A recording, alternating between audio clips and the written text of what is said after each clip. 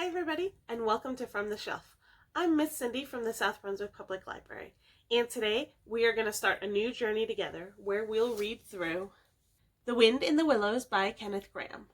So basically the way that it's going to work is I'm going to read you guys a new chapter every single weekday, that's Monday through Friday, and you don't need to have the video on, or you don't need to be watching me as I do it. You can if you'd like, but you can just put it on and just have it in the background. There's not going to be images or pictures or anything like that. It's just going to be me reading the book and you guys learning about all the cool creatures, including my favorite, Mr. Toad. So let's get started with chapter 1, The Riverbank. The mole had been working very hard all the morning, spring cleaning his little home. First with brooms, then with dusters, then on ladders and steps and chairs, with a brush and a pail of whitewash, till he had dust in his throat and eyes, and splashes of whitewash all over his black fur, and an aching back and weary arms. Spring was moving in the air above and in the earth below and around him, penetrating even his dark and lowly little house with its spirit of divine discontent and longing. It was a small wonder, then, that he suddenly flung down his brush on the floor, said, "Bother!" and "Oh, blow!" and also "Hang spring cleaning!" and bolted out of the house without even waiting to put on his coat. Something up above was calling him imperiously, and he made for the steep little tunnel which answered, in his case, to the gravelled carriage drive owned by animals whose residences are near to the sun and air. So he scraped and scratched and scrabbled and scrooged, and then he scrooged again and scrabbled and scratched and scraped, working busily with his little paws and muttering to himself, up we go, till at last, pop! His snout came out into the sunlight, and he found himself rolling in the warm grass of a great meadow. "This is fine," he said to himself. "This is better than whitewashing."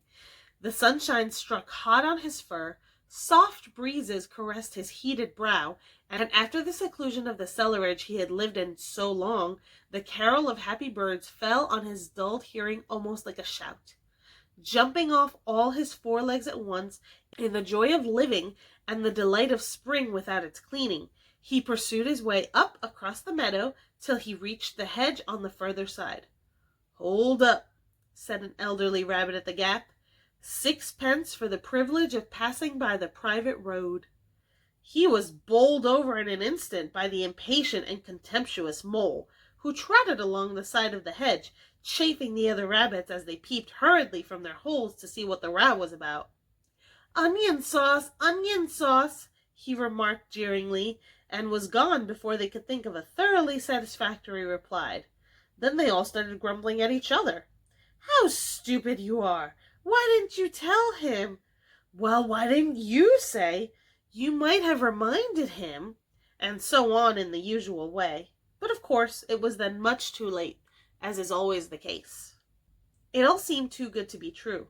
Hither and thither through the meadows he rambled busily, along the hedgerows, across the copses, finding everywhere birds building, flowers budding, leaves thrusting, everything happy and progressive and occupied. And instead of having an uneasy conscience pricking him and whispering, "Whitewash," he somehow could only feel how jolly it was to be the only idle dog among all these busy citizens. After all, the best part of a holiday is perhaps not so much to be resting yourself as to see all the other fellows busy working. He thought his happiness was complete when, as he meandered aimlessly along, suddenly he stood by the edge of a full-fed river. Never in his life had he seen a river before. This sleek, sinuous, full-bodied animal, chasing and chuckling, gripping things with a gurgle and leaving them with a laugh, to fling itself on fresh playmates that shook themselves free and were caught and held again. All was a shake and a shiver, glints and gleams and sparkles, rustle and swirl, chatter and bubble. The mole was bewitched, entranced, fascinated. By the side of the river he trotted as one trots when very small, by the side of a man who holds one spellbound by exciting stories, and when tired at last he sat on the bank. While the river still chattered on to him, a babbling procession of the best stories in the world, sent from the heart of the earth to be told at last to the insatiable sea. As he sat on the grass and looked across the river, a dark hole in the bank opposite, just above the water's edge, caught his eye, and dreamily he fell to considering what a nice, snug dwelling place it would make for an animal with few wants and fond of a bijou riverside residence, above flood level and remote from noise and dust. As he gazed, something bright and small seemed to twinkle down in the heart of it, vanished, then twinkled once more like a tiny star. But it could hardly be a star in such an unlikely situation, and it was too glittering and too small for a glowworm. Then as he looked, it winked at him, and so declared itself to be an eye, and a small face began gradually to grow up round it, like a frame round a picture. A little brown face with whiskers. A grave round face with the same twinkle in its eye that had first attracted his notice. Small, neat ears, and thick, silky hair. It was the water rat! Then the two animals stood and regarded each other cautiously. "Hello, Mole," said the water rat. "Hello, Rat," said the Mole. "Would you like to come over?" inquired the rat presently. "Oh, it's all very well to talk," said the Mole rather pettishly, he being new to a river and riverside life in all its ways. The rat said nothing, but stooped and unfastened a rope and hauled on it, then lightly stepped into a little boat which the Mole had not observed. It was painted blue outside and white within, and was just the size for the two animals, and the Mole's whole heart went out to it at once, even though he did not yet fully understand its uses. The rat sculled smartly across and made fast. Then he held up his forepaw as the Mole stepped gingerly down. "Lean on that," he said. "Now then, step lively." And the Mole, to his surprise and rapture, found himself actually seated in the stern of a real boat. "This has been a wonderful day," said he, as the rat shoved off and took to the sculls again. "Do you know, I've never been in a boat before in all my life." "What?" cried the rat, open-mouthed. "Never been in a... You never... Well, What have you been doing, then?" "Is it so nice as all that?" asked the Mole, shyly, though he was quite prepared to believe it, as he leaned back in a seat and surveyed the cushions, the oars, the rowlocks, and all the fascinating fittings, and felt the bow sway lightly under him. "Nice? It's the only thing," said the water rat solemnly, as he leaned forward for his stroke. "Believe me, my young friend, there is nothing, absolutely nothing, half so much worth doing as simply messing about in boats. Simply messing," he went on dreamily, "messing about in boats, messing—" "Look ahead, Rat!" cried the Mole suddenly. It was too late. The boat struck the bank full tilt.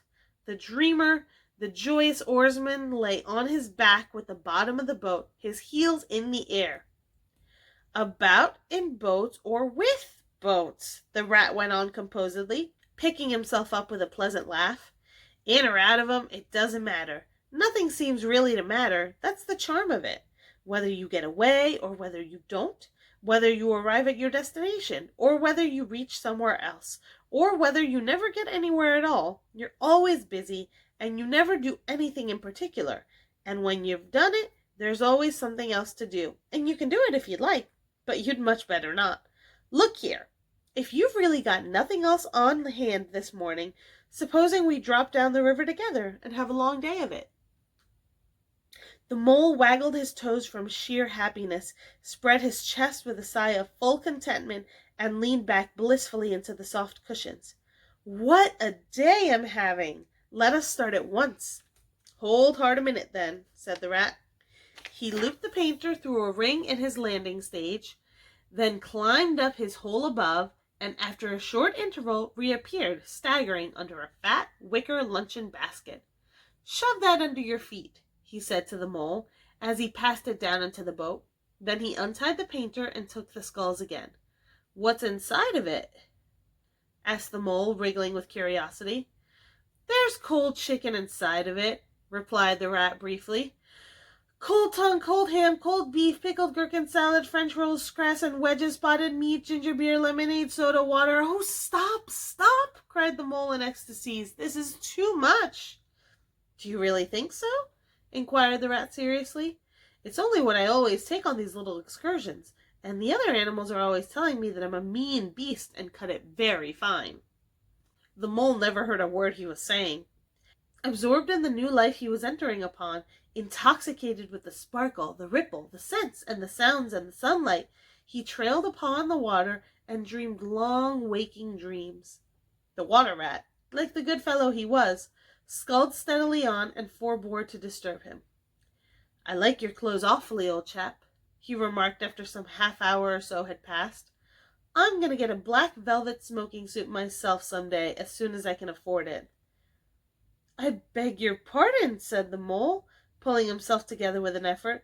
You must think me very rude, but this is all so new to me. So this is a river. The river, corrected the rat.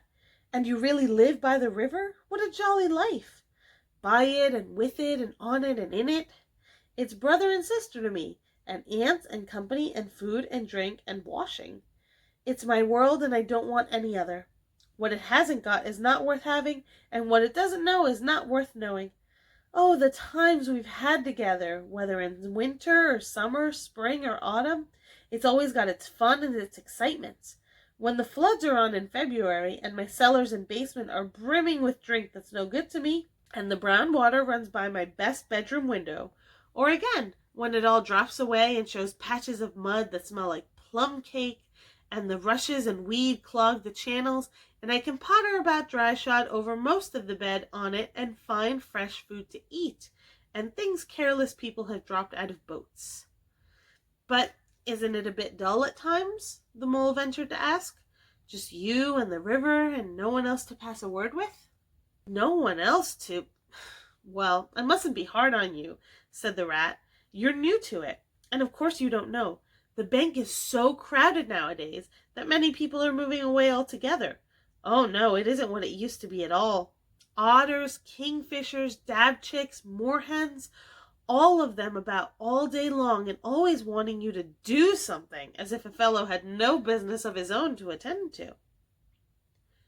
What lies over there? Asked the mole, waving a paw towards a background of woodland that darkly framed the water meadows on one side of the river. That? Oh, that's just the wildwood, said the rat shortly. We don't go there very much, we river bankers. Aren't they very nice people in there? Said the mole, a trifle nervously. Well, replied the rat, let me see. The squirrels are all right, and the rabbits, some of them, but the rabbits are a mixed lot. And then there's Badger, of course. He lives right in the heart of it. Wouldn't live anywhere else either, even if you paid him to do it. Dear old Badger, no one interferes with him. They'd better not, he added. Well, why, who should interfere with him? Asked the mole. Well, of course there are others, explained the rat in a hesitating sort of way. Weasels and stoats and foxes and so on. They're all right in a way. I'm very good friends with them, past the time of day when we meet and all that, but they break out sometimes, there's no denying it, and then, well, you can't really trust them, and that's the fact. The mole knew well that it is quite against animal etiquette to dwell on possible trouble ahead, or even to allude to it, so he dropped the subject. And beyond the wildwood again, he asked, where it's all blue and dim, and one sees what may be hills, or perhaps they mayn't? And something like the smoke of towns, or is it only cloud drift? Beyond the wild wood comes the wide world, said the rat, and that's something that doesn't matter either to you or me. I've never been there, I'm never going, nor you either, if you've got any sense at all. Don't ever refer to it again, please. Now then, here's our backwater at last, where we're going to lunch. Leaving the main stream, they now passed into what seemed at first sight like a little landlocked lake. Green turf sloped down to either edge, brown snaky tree roots gleamed below the surface of the quiet water, while ahead of them the silvery shoulder and foamy tumble of a weir, arm in arm with a restless dripping mill wheel that held up in its turn a gray gabled mill house, filled the air with soothing murmur of sound, dull and smothery, yet with very little clear voices speaking up cheerfully out of it at both intervals. It was so very beautiful that the mole could only hold up both forepaws and gasp, "Oh my, oh my, oh my." The rat brought the mole alongside the bank, made her fast, helped the still awkward mole safely ashore, and swung out of the luncheon basket. The mole begged as a favor to be allowed to unpack it all by himself, and the rat was very pleased to indulge him, and to sprawl at full length on the grass and rest, while his excited friends shook out the tablecloth and spread it, took out all the mysterious packets one by one, and arranged their contents in due order, still gasping, "Oh my," at each fresh revelation. When all was ready, the rat said, "Now pitch in, old fellow," and the mole was indeed very glad to obey, for he had started his spring cleaning at a very early hour that morning, as people will do, and had not paused for a bite or sup, and he had been through a very great deal since that distant time, which now seemed like so many days ago. "What are you looking at?" asked the rat, when the edge of their hunger was somewhat dulled, and the mole's eyes were able to wander off the tablecloth a little. "I am looking," said the mole, "at a streak of bubbles that I see traveling along the surface of the water. That is a thing that strikes me as funny." "Bubbles? Oh," said the rat, and chirruped cheerily in an inviting sort of way. A broad, glistening muzzle showed itself above the edge of the bank, and the otter hauled himself out and shook the water from his coat. "Greedy beggars," he observed. "Why didn't you invite me, Ratty?" "This was an impromptu affair," explained the rat. "By the way, my friend, Mr. Mole." "Proud, I'm sure," said the otter, and the two animals were friends forthwith. "Such a rumpus everywhere," continued the otter. "All the world seems out on the river today. I came up on this backwater to try and get a moment's peace, and then stumble upon you fellows. At least, I beg pardon, I don't exactly mean that, you know." There was a rustle behind them, proceeding from a hedge wherein last year's leaves still clung thick, and a stripy head, with high shoulders behind it, peered forth on them. "Come on, old badger." The badger trotted forward a pace or two, then grunted, "Huh, company," and just turned his back and disappeared from view. "That's just the sort of fellow he is," observed the disappointed rat. "Simply hates society. Now, we shan't see any more of him today. Well, tell us who's out on the river." "Toad's out, for one," replied the otter, "in his brand new wager boat. New togs, new everything." The two animals looked at each other and laughed. "Once it was nothing but sailing," said the rat. "Then he tired of that and took to punting. Nothing would please him but to punt all day and every day, and a nice mess he made of it. Last year it was houseboating, and we all had to go and stay with him in his houseboat and pretend we liked it. He was going to spend the rest of his life in a houseboat. It's all the same. Whatever he takes up, he gets tired of it and starts on something fresh. Such a good fellow, too," remarked the otter reflectively, "but no stability, especially in a boat." From where they sat, they could get a glimpse of the main stream across the island that separated them, and just then a wager boat flashed into view, the rower, a short, stout figure, splashing badly and rolling a good deal, but working his hardest.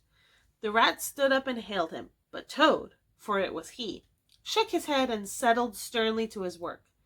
"He'll be out of the boat in a minute if he rolls like that," said the rat, sitting down again. "Of course he will," chuckled the otter. "Did I ever tell you that good story about Toad and the lock keeper?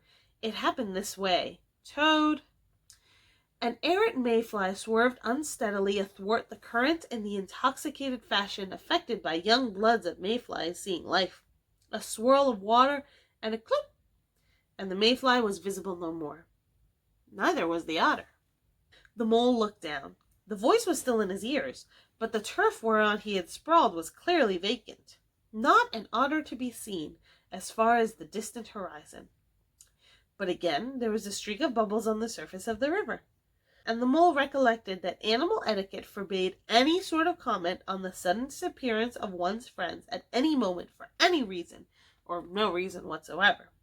"Well, well," said the rat, "I suppose we ought to be moving. I wonder which of us had better pack the luncheon basket." He did not speak as if he was frightfully eager for the treat. "Oh, please let me," said the mole. So of course the rat let him. Packing the basket was not quite such pleasant work as unpacking the basket. It never is. But the mole was bent on enjoying everything, and although just when he had got the basket packed and strapped up tightly, he saw a plate staring up at him from the grass, and when the job had been done again, the rat pointed out a fork, which anybody ought to have seen. And last of all, behold, the mustard pot, which he had been sitting on without knowing. The rat pointed out a fork, which anybody ought to have seen, and last of all, behold, the mustard pot, which he had been sitting on without knowing it. Still, somehow the thing got finished at last, without much loss of temper. The afternoon sun was getting low as the rat sculled himself gently homewards in a dreamy mood, murmuring poetry things over to himself, and not paying much attention to Mole. But the mole was very full of lunch and self-satisfaction and pride, and already quite at home in a boat, so he thought, and was getting a bit restless besides, and presently he said, "Ratty, please, I want to row now." The rat shook his head with a smile. "Not yet, my young friend," he said. "Wait till you've had a few lessons. It's not so easy as it looks." The mole was quiet for a minute or two, but he began to feel more and more jealous of Rat, sculling so strongly and so easily along, and his pride began to whisper that he could do it every bit as well. He jumped up, seized the sculls, so suddenly that the rat, who was gazing out over the water and saying more poetry things to himself, was taken by surprise, and fell backwards off his seat with his legs in the air for a second time, while the triumphant mole took his place and grabbed the sculls with entire confidence. "Stop it!" cried the rat from the bottom of the boat. "You can't do it! You'll have us over!" The mole flung his sculls back with a flourish and made a great dig at the water. He missed the surface altogether. His legs flew up above his head, and he found himself lying on top of the prostrate rat.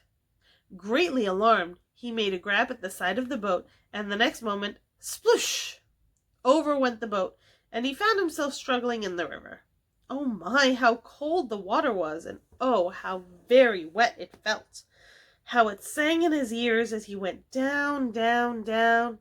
How bright and welcome the sun looked as he rose to the surface, coughing and spluttering!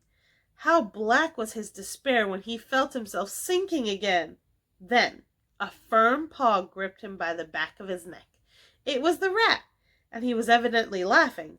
The mole could feel him laughing, right down his arm and through his paw, and so into his, the mole's, neck. The rat got hold of a skull and shoved it under the mole's arm. Then he did the same by the other side of him, and swimming behind, propelled the helpless animal to shore, hauled him out, and set him down on the bank, a squashy, pulpy lump of misery. When the rat had rubbed him down a bit and wrung some of the wet out of him, he said, "Now then, old fellow, trot up and down the towing path as hard as you can till you're warm and dry again, while I dive for the luncheon basket." So the dismal mole, wet without and ashamed within, trotted about till he was fairly dry, while the rat plunged into the water again, recovered the boat, righted her and made her fast, fetched his floating property to shore by degrees, and finally dived successfully for the luncheon basket and struggled to land with it. When all was ready for a start once more, the mole, limp and dejected, took his seat in the stern of the boat, and as they set off he said in a low voice, broken with emotion, "Ratty, my generous friend, I am very sorry indeed for my foolish and ungrateful conduct. My heart quite fails me when I think how I might have lost that beautiful luncheon basket. Indeed, I have been terrible, and I know it. Will you overlook it this once and forgive me and let things go on as before?" "That's all right, bless you," responded the rat cheerily. "What's a little wet to a water rat? I'm more in the water than out of it most days. Don't you think any more about it. And look here, I really think you had better come and stop with me for a little time. It's very plain and rough, you know, not like Toad's house at all. But you haven't seen that yet. Still, I can make you comfortable, and I'll teach you to row and to swim, and you'll soon be as handy on the water as any of us." The mole was so touched by his kind manner of speaking that he could find no voice to answer him, and he had to brush away a tear or two with the back of his paw. But the rat kindly looked in another direction, and presently the mole's spirits revived again, and he was able to give some straight back talk to a couple of moorhens who were snickering to each other about his bedraggled appearance. When they got home, the rat made a bright fire in the parlor and planted the mole an armchair in front of it, having fetched down a dressing gown and slippers for him, and told him river stories till supper time. Very thrilling stories they were, too, to an earth-dwelling animal like Mole. Stories about wares and sudden floods and leaping pike and steamers that flung hard bottles, or at least bottles were certainly flung, and from steamers, so presumably by them. And about herons, and how particular they were about whom they spoke to, and about the adventures down drains and night fishings with otter, or excursions far afield with badger. Supper was a most cheerful meal, but very shortly afterwards a terribly sleepy mole had to be escorted upstairs by his considerate host to the best bedroom, where he soon laid his head on his pillow in great peace and contentment, knowing that his new-found friend the river was lapping the sill of his window. This day was only the first of many similar ones for the emancipated mole, each of them longer and fuller of interest as the ripening summer moved onward. He learned to swim and to row, and entered into the joy of running water, and with his ear to the reed stems he caught, at intervals, something of what the wind went whispering so constantly among them. All right, that was it for Chapter 1. So don't forget to join me next time on From the Shelf for Chapter 2. Bye!